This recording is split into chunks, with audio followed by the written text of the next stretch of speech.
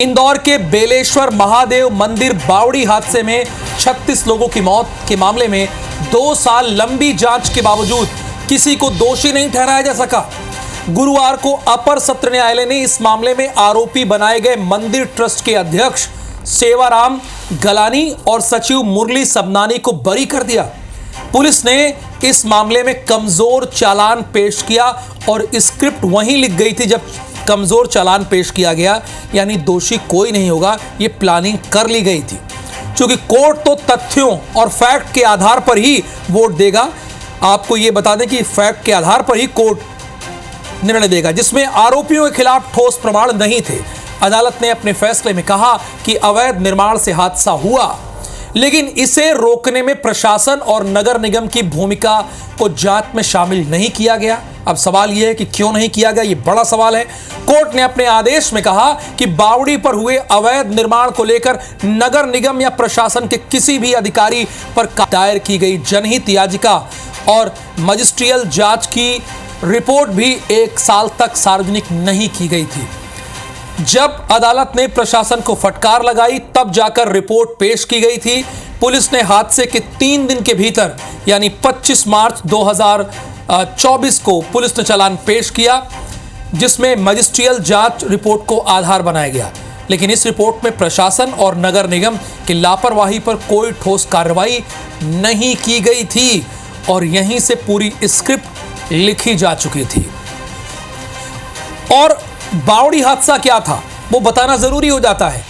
30 मार्च 2023 को मंदिर परिसर की बावड़ी धंस गई थी और इस हादसे में 1-2 नहीं बल्कि 36 लोगों की जान चली गई थी। 18 घायल हो गए थे। जांच में मंदिर प्रबंधन की लापरवाही सामने आई थी। बावड़ी को बिना भराव मंदिर परिसर में बनाया गया था। गार्डर और फर्श डालकर उसे मंदिर परिसर बना दिया गया था। पुलिस ने 1 साल बाद की गिरफ्तारी 3 दिन में पेश किया चालान। 22 मार्च 2024 को मंदिर ट्रस्ट अध्यक्ष गिरफ्तार हुआ। सचिव मुरली सबनानी को भी इस मामले में उसकी गिरफ्तारी हुई। अच्छा, ये सब कुछ तो हुआ। अब हमारे दर्शक मध्य प्रदेश के लोग ये जानना चाहते हैं कि ये बताइए कि 36 लोगों की मौत का जिम्मेदार कौन है? जो 36 लोगों की मौत हुई वो किसकी लापरवाही से हुई? क्योंकि सब तो बरी हो गए, सबको तो क्लीन चिट मिल गई। ना तो नगर निगम इसमें दोषी है, ना इसमें प्रशासन दोषी है और ना ही मंदिर प्रबंधन। तो ये कैसे हो गया? अंशुल, मध्य प्रदेश की जनता और इंदौर की जनता यही तो जानना चाहती है, क्योंकि इसमें से बहुत सारे लोगों ने अपनों को खोया है कि इस हादसे का जिम्मेदार कौन है। क्या अभी इस यक्ष प्रश्न का आपको जवाब मिल पाया है या आपको भी जवाब नहीं मिला है?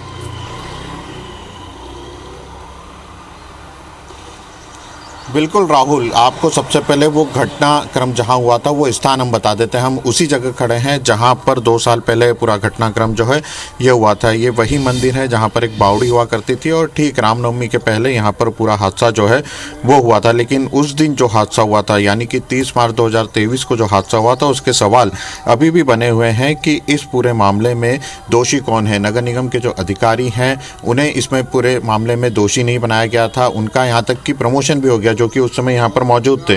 साथ ही पुलिस ने जिन 2 लोगों को आरोपी बनाया था उन्हें भी कोर्ट ने कल बरी कर दिया। तो सबसे बड़ा सवाल यही खड़ा आ रहा है कि जो बावड़ी हादसा 2 साल पहले हुआ था जिसमें 36 मौत हुई थी, उनके आखिरकार दोषी कौन है? और सबसे बड़ा सवाल यह भी है कि पुलिस ने घटना के लिए जिन लोगों को जिम्मेदार बताया था कोर्ट ने उन्हें बरी कर दिया, यानी कि दोनों दोषी नहीं है। तो फिर जिम्मेदार कौन है और किसके कारण इतना बड़ा हादसा हुआ और इस हादसे का कारण किसे माना जाए? फिलहाल आप देख सकते हैं कि हम बेलेश्वर महादेव जो मंदिर है जहाँ पर ये पूरा बावड़ी हादसा हुआ था वहीं पर मौजूद हैं।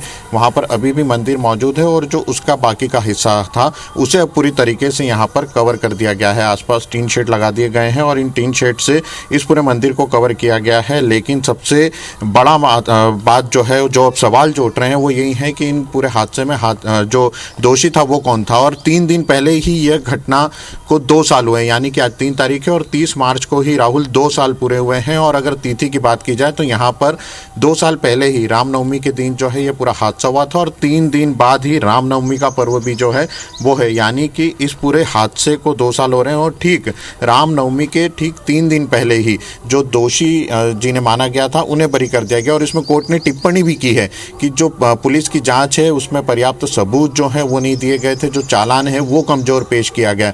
तो इसमें बचाने की जो कोशिशें हैं वो किसके लिए हुई? सबसे बड़ी बात राहुल ये है कि जो मजिस्ट्रियल जांच हुई थी, मजिस्ट्रियल जांच में निगम के जिन अधिकारियों को दोषी पाया गया था वो दोषी अधिकारी भी वापस से बहाल हो गए और बहाल होने के साथ साथ नगर निगम में पदस्थ भी हैं और नगर निगम में ही उनका प्रमोशन भी हुआ।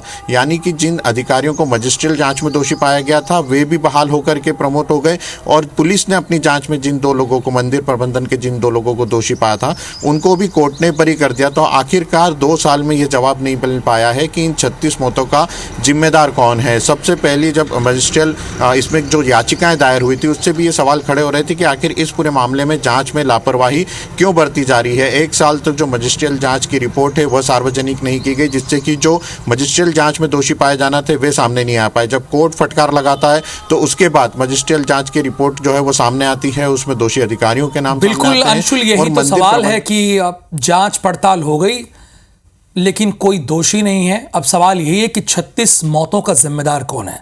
धन्यवाद इस पूरी इंफॉर्मेशन के लिए।